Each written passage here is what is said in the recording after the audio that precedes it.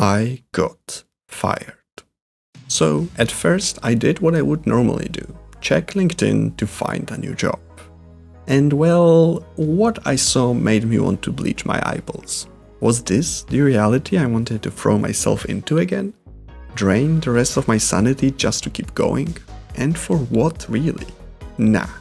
As you already know from the title, I decided to instead finally do something I've always wanted. Make a game.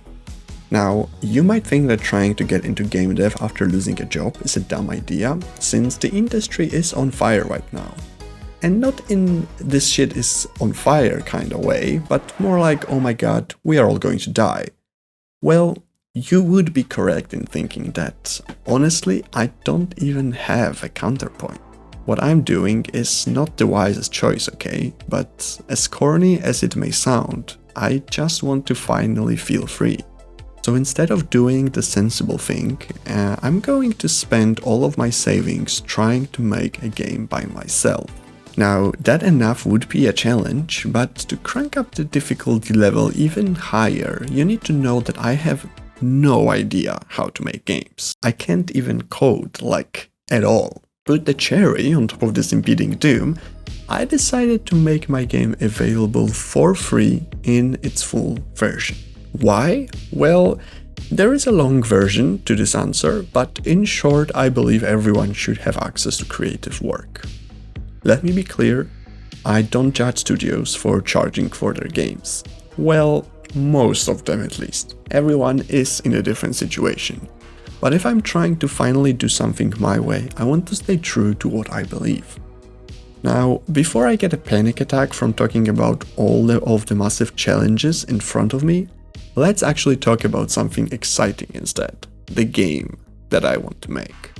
I'll give you a short intro, but I will be diving much deeper into the lore in the upcoming videos. What a shameless plug to subscribe. Here we go. The game is set in the 60s in an alternate history.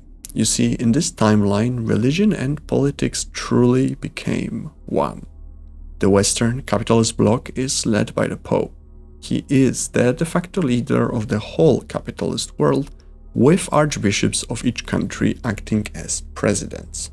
In their doctrine, God is capitalist, and capitalism is God. There is no distinction here. Jesus was sent to Earth to kill all communists and make the world all about profit margin. On the other side, the East Orthodox Church merged with the Soviet Union.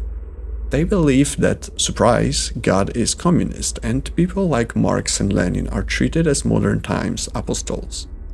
There is also another group, one hated equally by the West and the Soviets, the pagans. Called heretics by both main powers and hunted down by the Inquisition. They believe in the old gods, which they don't tie to any particular political ideology and are unique to each nation.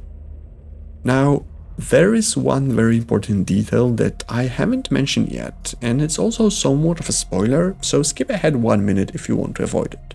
Okay, here it comes. The pagans have actual magical powers. Druids, monsters, witches, all of them are real. On the other hand, both capitalist and communist religion have no magical power whatsoever. Their god is fake, but they have the technology which allows them to fight with magical beings. Now that we have set the scene, let's talk about the events of the game. You're going to be playing as a Soviet inquisitor sent to a small remote village to investigate reports of heresy. The Inquisition in the Soviet Union is somewhat of a cross between spy agency and actual inquisition. Since political ideology is treated as religion, the Inquisition is tasked with protecting the Soviet Union from varied threats. To do this, inquisitors have to be equally skilled as investigators and fighters. That being said, what you will do after getting to the village is entirely up to you. There is no single outcome which you have to reach. I want to give you as much freedom as possible in shaping the story and finishing it your way. That's all good, but what about the gameplay though? It's a primarily narrative-driven RPG with some turn-based combat, but just know that this won't be my main focus while making this game. I just realized that I have really hyped up the combat mechanics, huh? Okay, that's all great, but I still haven't addressed the elephant in the room. how am I even going to make this game since I don't know how to code? I only have around 6 months before my money runs out, and I can't buy any more frozen pizza or pay my rent. So learning how to code is not an option. I simply don't have enough time. Well, I already don't have enough time to be honest, but we will cross that bridge once we get there, and I don't want to speed this up. Luckily for me, there is a perfect engine for what I want to make, and it doesn't require any coding. Enter RPG Maker. Now, before you turn this video off, I know, games made in RPG Maker can be insanely stocky, but there are some gems out there. Fear and Hunger, Look Outside, Hylix, they were all made in RPG Maker. I know, shooting for the stars, huh? Anyway, this gave me hope that I can actually make something in my style using this engine. And what style is that, I hear you ask? Wow, what a perfect transition. Right, it's time to talk about vibes and inspirations. My goal is to make players feel hopeless, insignificant, and put them in a mentally dark, dreadful place. There are no heroes in this world, and you won't be one either.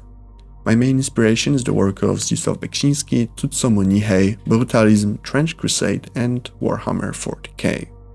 I love the overwhelming feeling of dread that all of them instill in me, and I hope to do the same with my game. So, what are the next steps? You have no doubt noticed that there hasn't been any game footage in this whole video, and that's because I'm starting the development only from today. I could have waited and post these devlogs when I already had something to show, but I felt that in order to truly document this whole process, I need to do it as it happens. I wanted to capture exactly what's going through my head without the benefit of hindsight. My goal is to give you a realistic look at what it takes to make a game on your own with no experience. I hope that it can help you decide whether or not you want to do it, and, well, if not, at least you get to see me banging my head against the wall a lot. I'll be covering lore, making artwork, writing dialogue, learning RPG Maker, basically everything you need to make a game. And you can expect the links to all of the learning materials I use in the description of each video. The plan is to post a longer bi-weekly video and a few shorter ones every week. I'll be honest, this obviously helps me promote my game, but believe it or not, since I will be working solo, making these videos is mainly a way for me to not go crazy and have some sort of a community, or at least that's the hope. And if you have made it this far into the video, truly thank you. You already did more than I could hope for, but if you would like to support me even further, consider sending this video to your friends, subscribing, or maybe even leaving a comment. Honestly, it would feel amazing if I can build some sort of a community here to share this journey with.